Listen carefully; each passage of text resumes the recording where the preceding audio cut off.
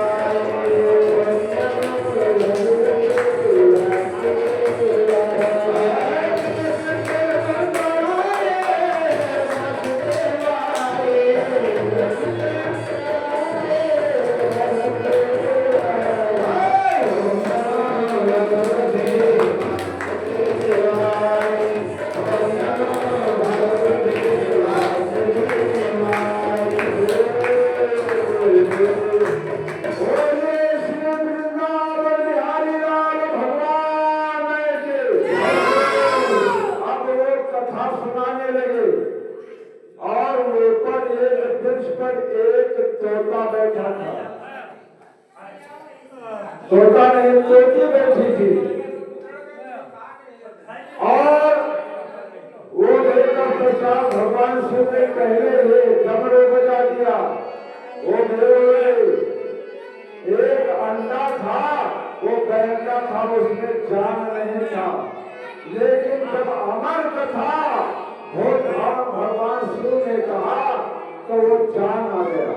बैठा के अंडा के जान आ गया और इधर पार्वती जी सो गई।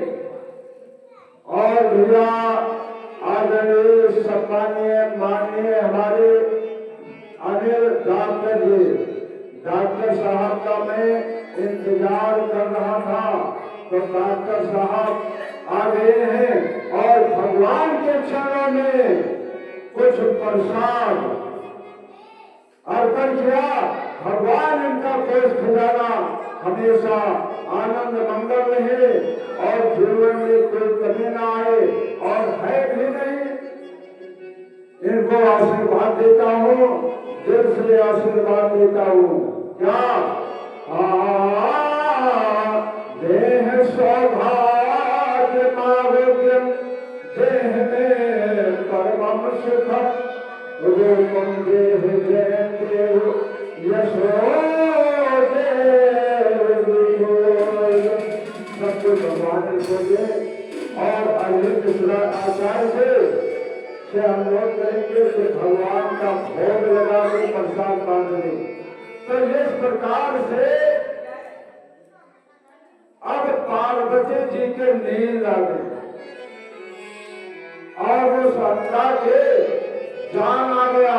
एक छोटा बच्चा कहा कौन है, कौन है? देखा, आंख से देखा कि ये तो सुआ है। तुरंत त्रिशूल लेकर के दौड़ पड़ते और चमुहाई ले रही थी वेद व्यास की पत्नी, उसने दूसरे बहुत हमने प्रार्थना किया भगवान शिव ने, लेकिन उसको कहा महाराज अब ये नहीं हो सकता है। हमने जिन्हें प्रार्थना किया वेद व्यास से, कहते हैं कि 12 साल में वही सुआ पैदा हुआ और ज्ञान जमाल सहे तो चलने लगा। पीछे वेद व्यास भी जाती है। कुछ मछलियां स्नान कर रही थी तालाब में, सुखदेव जी जो गए तो कोई नहीं, सब नंगे स्नान कर रही थी। लेकिन व्यास ने दौड़ दौड़ करके कपड़ा पहनने लगे।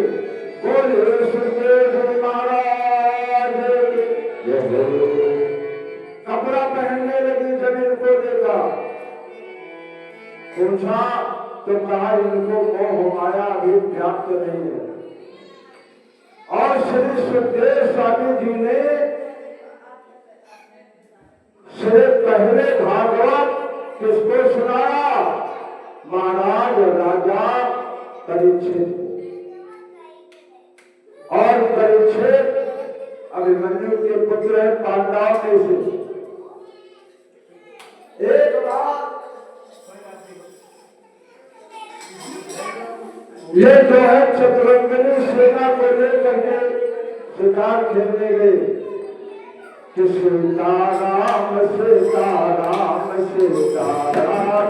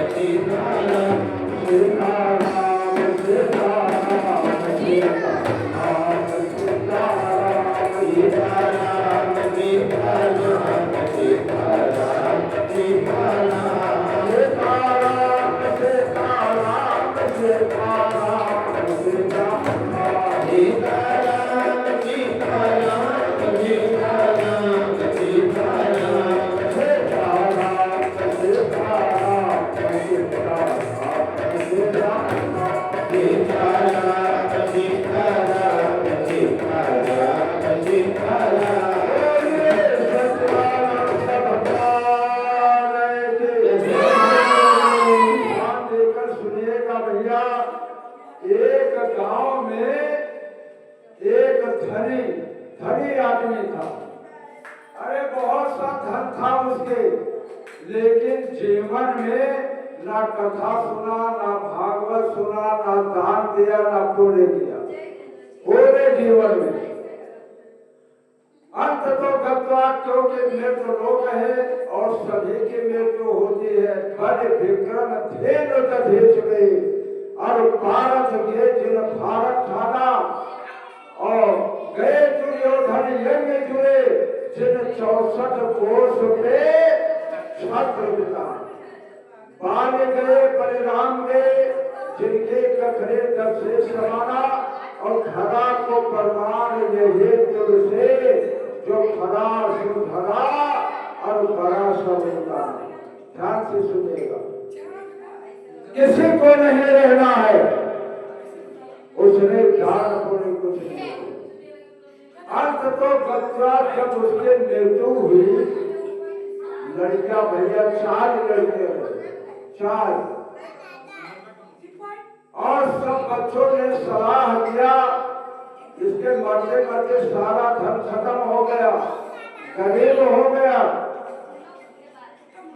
बच्चों ने सलाह किया अब अग्निदाह संस्कार के लिए बारी है। कहा नहीं, हम नहीं अग्निदाह करेंगे, हम नहीं, क्योंकि कोढ़ का रोग हो गया था, कोढ़ ही हो गया था, कोई नहीं तैयार था। और कहा कि इसको ले जाओ और वहीं जहां गाय बांधी जाती है वहीं रख दो और कहीं ले चलेंगे। जब गाय भैंस का फंडा बांधा जाता है, दो जगह यहाँ दो जगह वहां लगाए और नहीं गए भैया।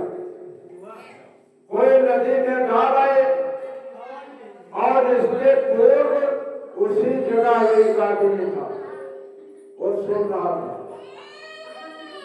उसके वास्तव में कुछ नहीं था, वो भी रखा है। अब उनको तो ले गए, लास्ट में क्या देखा कि घर का जो बोलिया था वहीं बैठा रहेगा। तो इस प्रकार से दान करना चाहिए, पुण्य करना चाहिए। ये शरीर नश्वर है, नाशवान है, ना कोई लेकर आया है, ना कोई लेकर जाएगा। जहां का कहां ही रह जाएगा, केवल नाम ही चलेगा। इसलिए जितना बन सके दान करना चाहिए, पुण्य करना चाहिए, कथा भागवत सुनना चाहिए कि शरीर नश्वर है। कि राजा राम राजा राम राजा राम राजा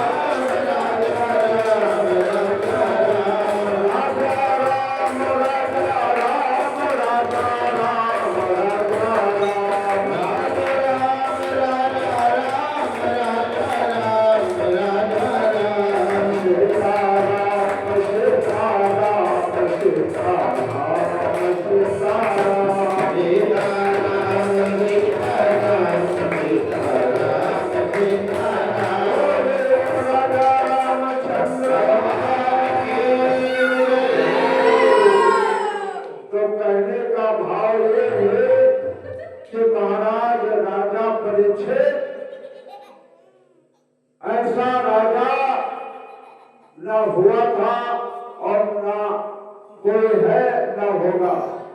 एक बार शिकार खेलने के लिए महाराज परीक्षित जाते हैं।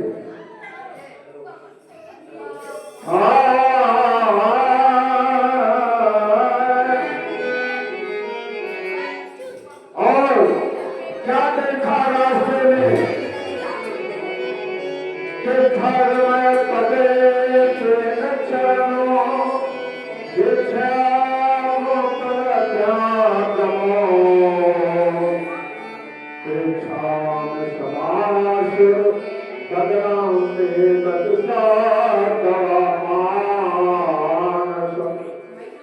एक गाय आई और वो गाय हाँकते थे, उसके मुंह से लाल निकल रहा था और एक बैल आया, उसके भीगे हुई दशा थी। महाराज परीक्षित ने पूछा कि गौ माता, अरे हमारे रहते हुए आपको कौन किसने दुख दिया? गौ माता बताने लगी कि महाराज राजन, अरे मैं गाय नहीं हूँ, मैं धर्म रूपी दूसरे रूपी गाय और कल सुबह मेरे पीछे पड़ा है और ये तुझे काट देगा। और उधर बैल से पूछा, कहा धर्म रूपी मैं बैल हूँ। सतयुग में चारों चरण बराबर थे और त्रेता में 3 और द्वापर में 2, कलयुग में एक ही चरण रह गए। बताया कि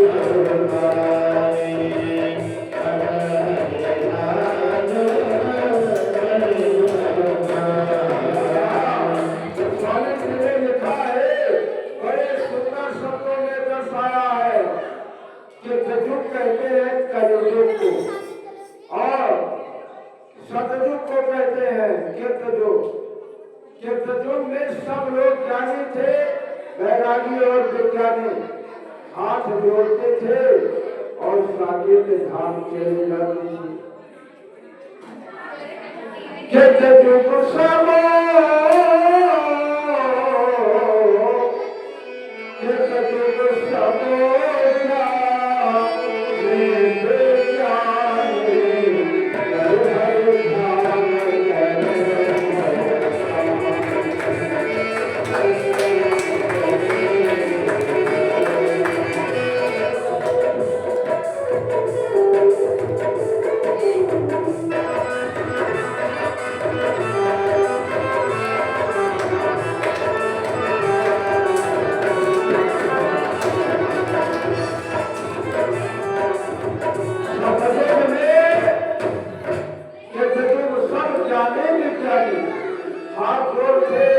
भगवान का ध्यान करते थे, सब बैकुंठ चले जाते। और त्रेता के लिए बताया गया है कि त्रेता पे देखो, त्रेता पे देखो, जग नर करे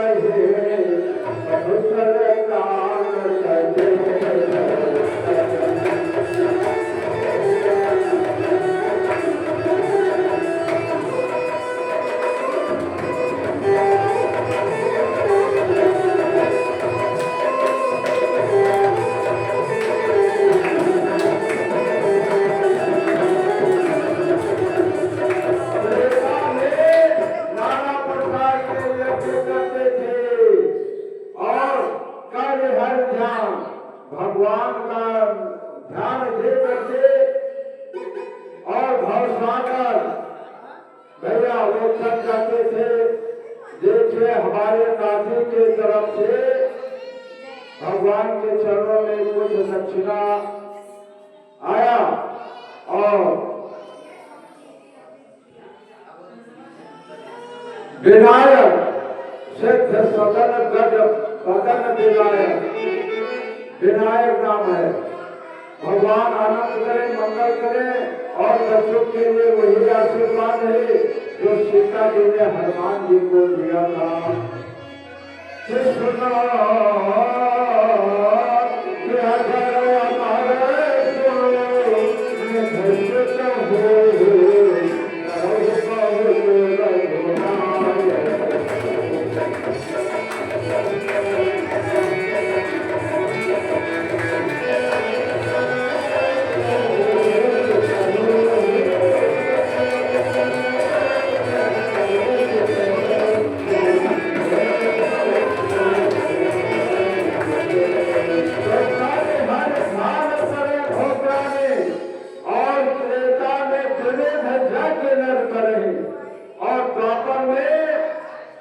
द्वापर कर रघुपति पद पूजा, नर भव करे उपाय न पूजा।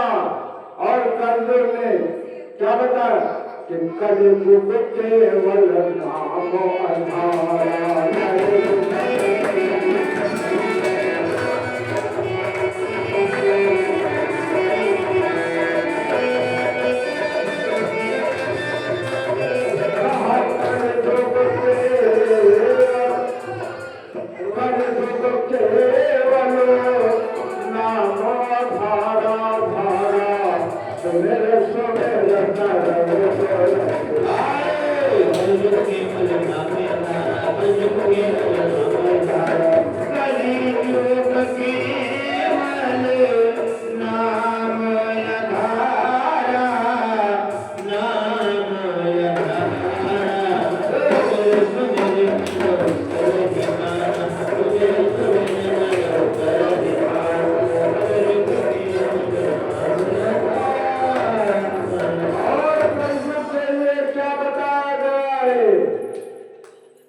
कलयुग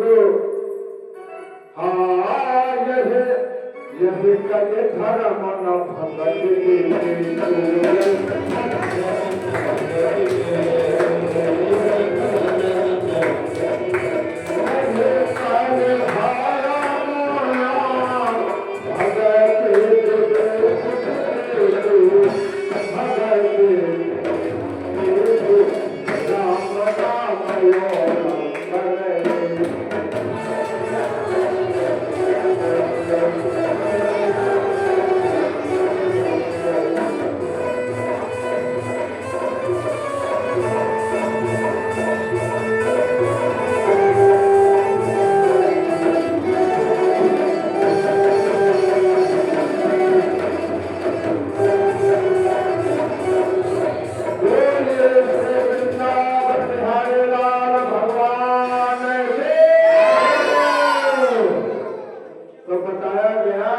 कलयुग में भगवान राम जी का प्रधानता है।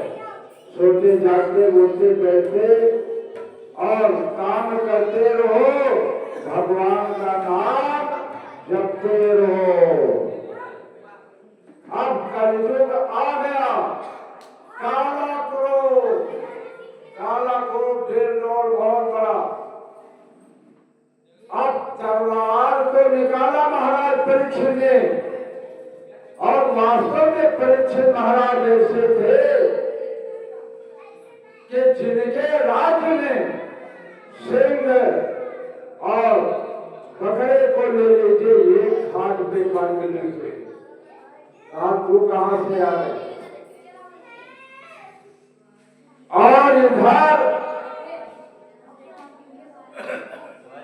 जैसे तलवार को खींचा मारने के लिए कलयुग हाथ जोड़ करके कहने लगा, महाराज अरे मुझे भी तो स्थान को रहने के लिए कलयुग को 4 स्थान दिया। कहा कहाँ कहाँ?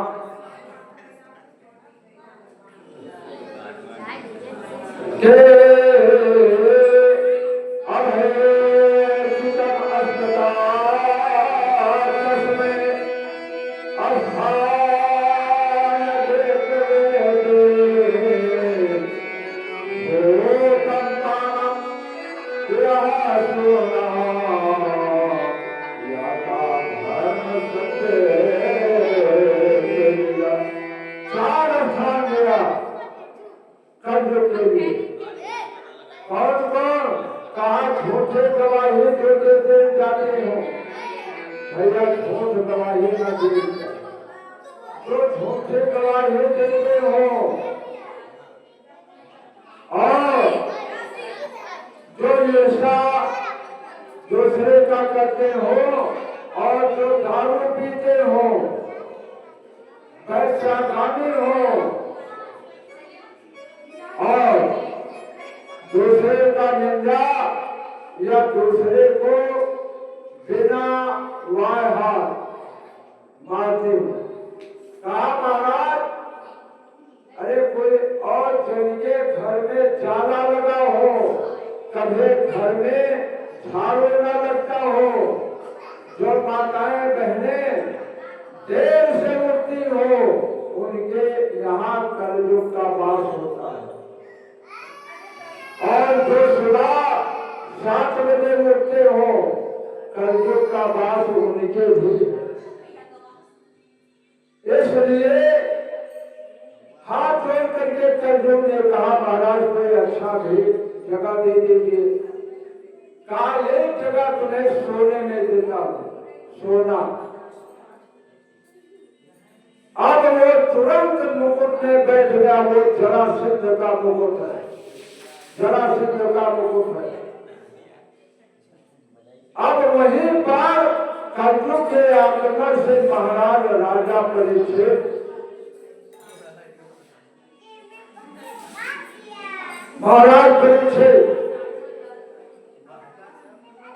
अब आगे चलते हैं। एक समीप ऋषि का आश्रम था और महाराज समेत बैठे माला जप रहे थे, भगवान का नाम ले रहे थे। अब महाराज परीक्षित कहने लगे कि ना मैं अंधा हूं, ना मैं कोढ़ी हूं और ना अंगहीन हूं। ये देख करके नेत्र को बंद कर दिया। धनुष से उठाया नोक से, एक सर्प वहीं पे था, तक्षक गले में डाल दिया। और इनका बेटा कहे श्रृंगी ऋषि गाय को चरा रहा था, बच्चों ने जाकर बताया। आया देखा, जोर जोर से रोने लगा। कहा पिताजी, अरे तुम्हारे गले में सर्प डालने वाला कौन है? थोड़ा सा धन लेकर के अभिनंदन करके डाल दिया कि जिन्होंने हमारे पिता के गले में सर्प डाला है, आज के 7वें दिन वो उसकी मृत्यु हो जाए। कोई जाकर के बताया और महाराज की आंखें खुली। समीर ऋषि का, समीर ऋषि भैया कहने लगे कि अरे ऐसा राजा, साधु ब्राह्मण का रक्षा करने वाला, धर्म का रक्षा करने वाला कोई नहीं होगा। बेटा आपने क्या किया, आपने क्या किया? अब ऋषि का श्राप तो मिथ्या हो नहीं सकता है, लेकिन कोई जा करके बता दे। अब वहां पे जाकर के महाराज परीक्षित को बताया और जैसे मुकुट को उतार कर रखा, महाराज परीक्षित के ज्ञान आ गया। बहुत गलत हुआ, बहुत गलत हुआ। अब वहीं पर बताया ये श्राप वाली बात, महाराज परीक्षित नाचने लगे कि आज मुझे मालूम तो हुआ कि हमारी मृत्यु आज के 7वें दिन होगी। आज के 7वें दिन होगा। सुंदर मंच बना करके बड़े बड़े विद्वानों को बुला करके कहा कि भाई जिनका मृत्यु आ जाए उन्हें क्या करना चाहिए। लेकिन कोई संत महात्मा विद्वान, अब उसने कोई कुछ बताता, कोई कुछ बताता, तब तक हर इच्छा भाभी बलवाना। सुखदेव जी महाराज जटा झूठ को बिखेरे हुए नंग घड़न, और गांव वाले भैया का कहा था नंगा बाबा, नंगा बाबा, नंगा बाबा। ये बाबा कहाँ से आ गया, ये बाबा कहाँ से आ गया। छोटे छोटे बच्चे साथ में लग जाते हैं और जैसे उस मंच पर पहुंचे बड़े बड़े संत महात्मा उनके चरणों में गिरने लगे। गांव वालों ने सोचा कोई सिद्ध पुरुष है। वहां पर प्रश्न किया कि महाराज क्या करना चाहिए। जिसकी मृत्यु नजदीक हो, महाराज परीक्षित ने कहा इसके लिए चिंता न करो, चिंतन करो। और श्रीमद् भागवत महापुराण इनको सुनाया जाएगा और साकेत धाम को आप जाएंगे, इसके लिए चिंता न करो। महाराज राजा परीक्षित को जब कथा सुनाने लगे, देववृंद कलश लेकर के आए अमृत का कि इसको आप ले लीजिए, बदले में कथा का पुण्य मुझे दे दीजिए। ये नहीं हो सकता। इसलिए कहते हैं कि अमृत रूपी ये कथा है और ये न कोई कहानी है और न उपन्यास न कुछ है, इसमें अमृत है। अमृत की खोज होने लगा तो बताया कि चंद्रमा बतावे को, फिर कहता है चंद्रमा में अमृत है।